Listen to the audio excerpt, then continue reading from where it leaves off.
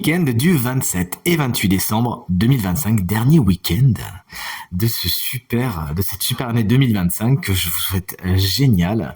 Voici 5 cartes, faites votre choix entre l'une à deux de ces 5 cartes afin de découvrir quelles seront les énergies principales de ce dernier week-end. Justement, mettez cette vidéo sur pause si vous avez besoin de plus de temps pour faire votre choix, mais dites-moi surtout bien dans les commentaires quelle carte vous avez choisie. De mon côté, ce sera la 2 et la 3.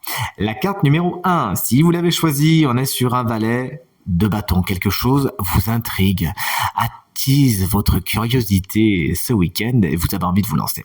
Il y a un nouveau désir, il y a une nouvelle passion, il y a le cœur qui bat, il y a quelque chose de très très positif avec la carte du valet de bâton qui vous donne envie de vous lancer. Et ben go, allez, suivez votre instinct, ça va vous mener loin. Un signe de feu, bélier, lion ou sagittaire pourrait représenter une bonne nouvelle de votre week-end, quelqu'un qui saura le dynamiser.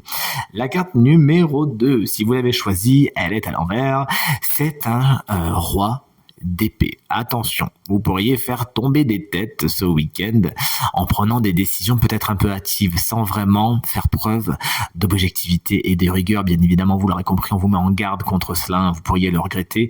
Essayez dans vos décisions ce week-end de vraiment peser le pour et le contre, et si vous avez une certaine autorité, de ne pas l'utiliser d'une façon trop brutale. Mais attention, car ça peut représenter souvent un signe d'air, c'est-à-dire Gémeaux, Balance, Verseau, pas que bien sûr, mais qui aurait tendance à user de son autorité d'une façon implacable, mais surtout peut-être un peu injuste ce week-end.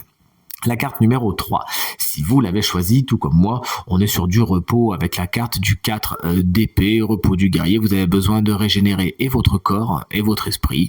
Profitez-en, peut-être que les fêtes de Noël ont été un peu compliquées. Vous avez besoin de digérer certaines choses, que ce soit physiquement ou peut-être mentalement. Un temps de pause vous est offert ce week-end. Profitez-en pour vous reposer et vous régénérer ou laisser certaines situations en repos.